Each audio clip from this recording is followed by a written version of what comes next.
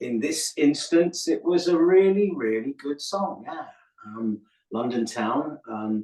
There are a couple of Essex boys who I'd sort of discovered through friends. And, I don't jump into projects like this every day, every year. It's never done anything like this for years. And it was such a good song, so charming. They're quite persuasive. So suddenly it was like, well, come on then, up to Billericay, come to the studio. And the London Town was born. It's a very catchy tune, and as a more or less a fellow Londoner, or certainly fellow south of England, it kind of resonates. It's got a bit of a, not exactly, but a bit of a Chas and Dave feel about it slightly, don't you think? Yeah, Chas and Dave, but always they've got this kind of Faces feel as well, and that was very London, that kind of cheeky Ronnie Lane more than Faces. So yeah, but I mean, Pete is the kind of the guitarist, musician side of it, but Tony, the singer, I mean, he really is. He just drives around and he writes what he sees, and that's very pure poetry. And thank goodness for us, also they're singable words. Sometimes over my 50 years in the business, lots of people, can you make a song out of these words? And they're poems, that they're not singable really. So he's got that clever knack of getting it both ways working. So yeah, very evocative song. Tell us how you met the guys. I live in Hastings, right, very near the seafront, and hilariously, I rent a beach hut on the seafront there, and I share it with a bevy of beautiful ladies, and we all sort of work out the sharing diary. Anyway, sitting there one sunny day last year, and Lucy played the song. Played some songs by them, and it was, as I said, it was just very special. I'd never heard that, and she also made the point that unusually for an unknown band, which they won't mind me saying, they've got 150,000 Facebook followers, because they know how to do it. They're very good at doing those Friday night shows for everybody to phone in and watch, and plastering with intelligent stuff. So I'm envious. I got nearly 100, but not 150,000. So they intrigued me. Now Tony's a cabbie, or was a cabbie, if I'm not mistaken, and I'm just wondering if that kind of carries over somehow into the vibe of the song. Yeah, he's not doing it anymore. I think so. I mean, if you listen to the record closely, you can hear beep beeps and sort of traffic noise and everything. It really is driving around, and what he saw, as I said earlier. So yeah, it totally and utterly is his observations. Well, we can't talk to you and not talk a little bit about your background, which is obviously cutting Crewe. Do you miss those early days when you were sort of starting out and it was all exciting? Are you able to kind of manifest that now in your sort of later years? I'm guessing you're a little bit over 45 now. Yeah, good question. No, I mean, we just finished a European tour, 14 dates, all around 8 countries, I think. And every time I walk on stage, I'm still excited. I hope I'm still a bit nervous. I'm still singing great, and the band's red hot. So I know what you mean. I suppose the bit that is really you'll never ever have again is that bit when you are nobody and you're getting discovered. And that's the fairy tale of the music industry, is that, will this next demo make it? What's the record company think? Back in those days, cassettes. So those days will never be repeated, because we are an established band. But no, I still love it. So yeah, we will just keep going until my knees fall off or I can't sing anymore. Well, it has to be said, you're looking fit. Do you mind telling us how old you are now? 65. 65? Yeah. Well, I thought you were just slightly younger than me, but you're just a little bit older. I swim a lot, try and keep fit, but I think the industry keeps you fit. I'm mates with Paul Young and Nick Kershaw and the Go West lads and everything, and I think as soon as we stop, we'll probably then go down the working men's club. It's a give and take career, this one. But no, I'm proud and privileged, as I said, and what I'm married to a Scot, so I've been surrounded by the Scottish music business, because she works in the music business as well, for as long as we've been married, many years.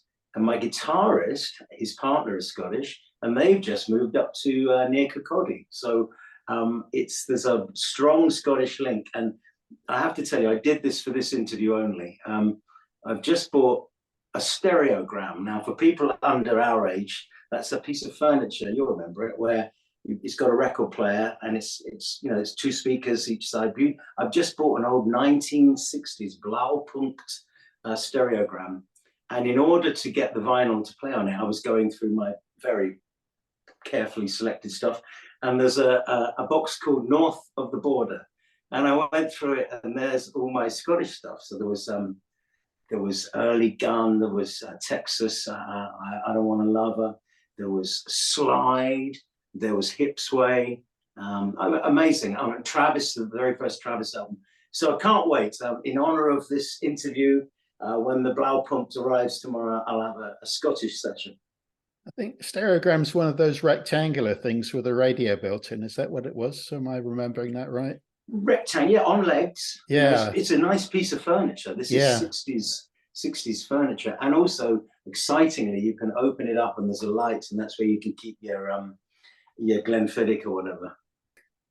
Yeah, they were bits, they're lovely bits of furniture. I remember my dad buying it. I must have been about 10 buying one. And he was so blown away by stereo, because up until then he had a radio, and he bought a stereo sampler LP. How about that, folks? That showed stereo, and it was Wout Steenhuis, a Hawaiian guitarist. I remember my dad standing in front of the speakers, pointing to the left and pointing to the right and pointing to the left, and he was, just blown away. Yeah. I pretended to be impressed. What else do you do outside of the music industry? Do you have other pursuits that you follow, hobbies, things like that? Yeah, we're big dog lovers here. My wife rescues and fosters lurcher greyhounds. So that's been 20 years of that. So that's heartbreaking when you foster a dog and they're often in pretty bad shape. You patch them up and get them, temperament good, and then you give them away. So that's quite heartbreaking. But so dogs, definitely. I have a very demanding daughter.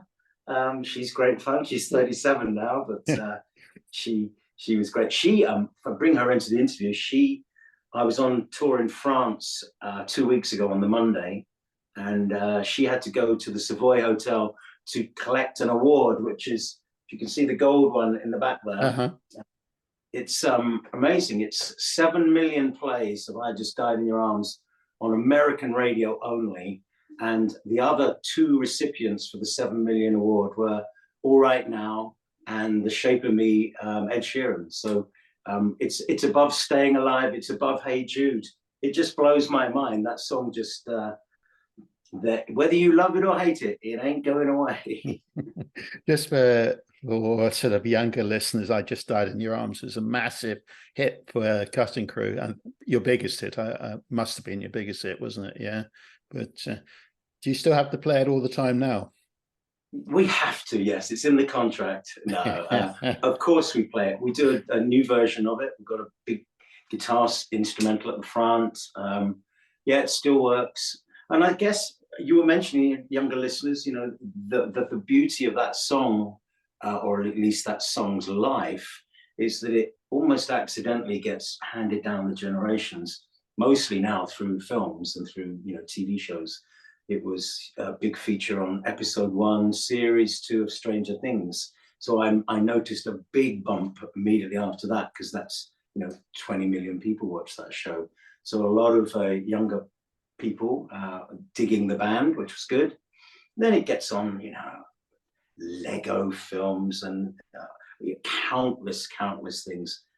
So yeah, I'm very lucky that it's used. It's often used as a kind of 80s background if it's an 80s scene. Yeah. So hey, fine. I was just thinking about this. I was trying to think about with many other tracks, but it just strikes me that we're all going to leave this planet we're on at some point, and to leave something behind like that that's going to sort of have tremendous continuity must be a fantastic feeling. That might well be played in 1 or 2 or 300 years time. Yeah, when I was younger, you don't think about such posh things, but as I've got older, I do seem to have noticed, that let's not beat about the bush.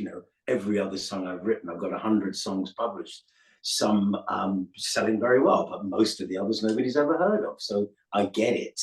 That's my one big song. And it's a bit like, a famous book, I suppose, or a famous film.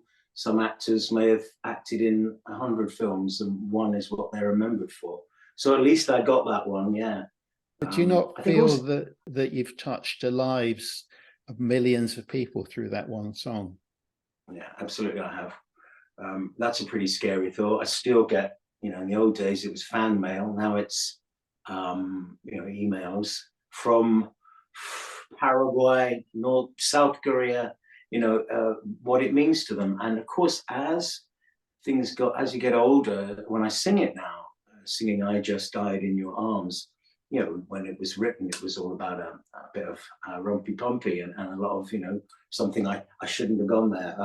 But since losing my dad and my brother and Kevin from Cutting Crewe, as we get older, we lose those people along the way. So "I Just Died in Your Arms," just the resonance of what that word can mean. So I often get a lot of fan mail from people talking about how it helped them through, tricky situations like that. So, yeah, thank you. I like the question.